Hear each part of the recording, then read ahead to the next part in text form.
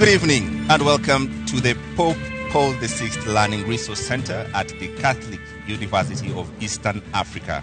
My name is James Smart of NTV. And I am Sophia Wanuna of KTN News. Welcome to the second and last of two debates between the running mates of the four presidential candidates cleared to run for president in the forthcoming election. This is the fourth of 6 national televised debates organized through a joint media presidential debates initiative, bringing together literally the entire Kenyan media fraternity. The candidates participating in the debate have agreed to the rules and guidelines requiring them to conduct themselves with utmost decorum, address each other with respect, and extend honor to viewers watching this debate live across all Kenya's broadcast media platforms. Indeed, and the candidates in the debate have also agreed to adhere to the allocated time. Each candidate has 2 minutes to make an opening statement, 2 minutes to answer a question, and 60 seconds for a rebuttal. The topics have carefully been selected after a thorough assessment of the state of our nation and the sentiments of the regular Kenyan voters in various parts of this country.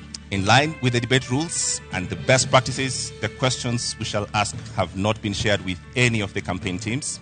Neither were they discussed or formulated in conjunction with anyone. The questions are entirely our own.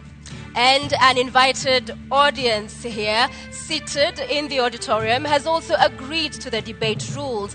They have been fully briefed that cheers, jeers, or any other form of noise is not permitted during the debate.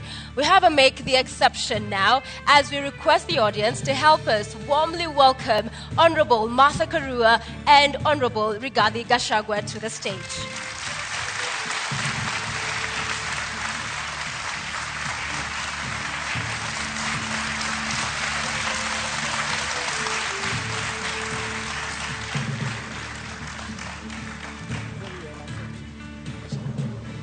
Karibuni sana.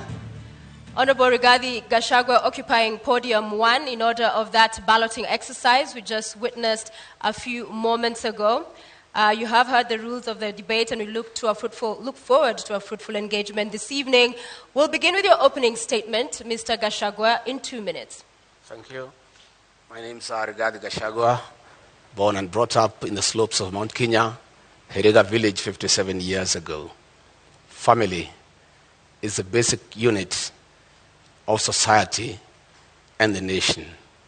Strong families make strong nations. I'm the head of a family, and it is my pleasure and privilege to introduce my family tonight, who are here with me. My wife of 35 years, Pastor Dorcas Wanjiku Rigathi, and my firstborn son, Kevin Gachagua, a software engineer, and my secondborn son, Dr. Keith Ikino, a medical doctor who helps me to run family business. Tonight is a defining moment for the people of Kenya. The people of Kenya are in anguish. They are in a state of helplessness. They have no food. They don't know where to get their next meal. They are devastated. They need hope. Tonight, I'll present the Kenya Kwanza plan on how we intend to turn around the economy of this country, put people where they belong, restore their dignity, put money in their pocket, and allow them to enjoy their dignity. I look forward to a very objective debate, no trivialities, issues, so that the people of Kenya have an opportunity to interrogate what we plan to do for them. Thank you very much. Thank you, Mr. Gachagua. Madam Martha Karua, karibu, now your 2 minutes for your opening statement. Thank you, Sophia. I was born and brought up in Kirinyaga, and I want to thank my parents, who are still alive, thank God, for instilling the values of honesty, hard work, community, and respect, values that hold good to this day. In this debate and in the audience, I have my family, my 2 children, Wawira and Edward, my grandchildren, 4 of them, My brothers and sisters, some of them, others are online. I represent the Azimio hope for this country. Azimio, together with Kenyans of goodwill, is out to rescue this country from the stranglehold of corruption cartels. This country can't breathe. We cannot get the services that people do require because monies intended for public service are going into the pockets of corruption cartels, who then become instant millionaires with huge bank balances. We intend to help this country, to help citizens get their country back, and all the resources of this country will be utilized for the best interests of the entire nation, not a select few. I am here to discuss those issues, and I am glad that my opponent is also talking of issues, which is what we have been calling for in our campaign. I'm able, ready, and willing. Thank you very much, candidates, for your opening statements. Let's introduce the elephant in the room and start this debate. The question of the deputy president. It has dominated public consciousness in the last 5 years. I'll start with you, Honorable Rigathi Gachagua. What kind of a deputy president will you be? You have 2 minutes. I come from a background of management. I have been in public service for 15 years. I've been in private sector for 15 years. I've been in legislation for 5 years. That gives a 35-year experience of public service and engaging with the people. I am a hard-working man. I'm very passionate. I have zeal to serve. I'm an active man. I wake up early. I don't take alcohol. I have all the time and the commitment to put my all to serve the people of Kenya. I have a very good idea of what I need to do to assist my candidate, Dr. William Ruto, in the management of the affairs of this country, give him backup, be available, move around the country to implement development programs, listen to the people, be available to the people, because we have the bottom-up economic model. It's about the people.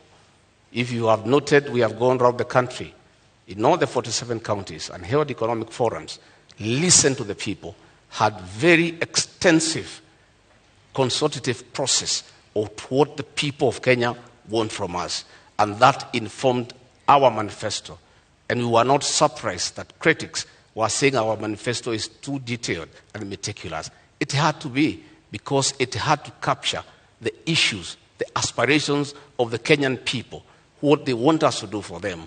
And our manifesto is a clear plan that is informed by what the people of Kenya want us to do for them, to dignify them, to improve their quality of life, and to give them a chance to prevail and be men and women of substance. Thank you. Honorable Karua, the same question. What kind of a deputy president will you be?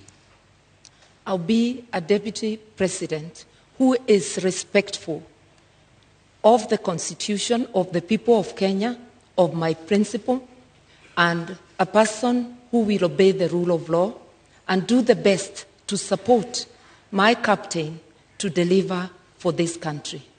The oath of office dictates that the interests of the public are paramount in everything a government does. I will help my captain to stick to the rule of law, to ensure that what is in the Constitution is fulfilled. Our Constitution dictates that we adopt a social market economy where social justice is in the forefront. That is why Article 46, not 47, talks of socio-economic rights. You will notice that in our manifesto, we are talking about giving social support to those who cannot have any income, who do not at the moment have any income. And that's one way of fulfilling the promise of the Constitution and ensuring that Kenyans live in dignity, especially those who cannot afford the basics of life.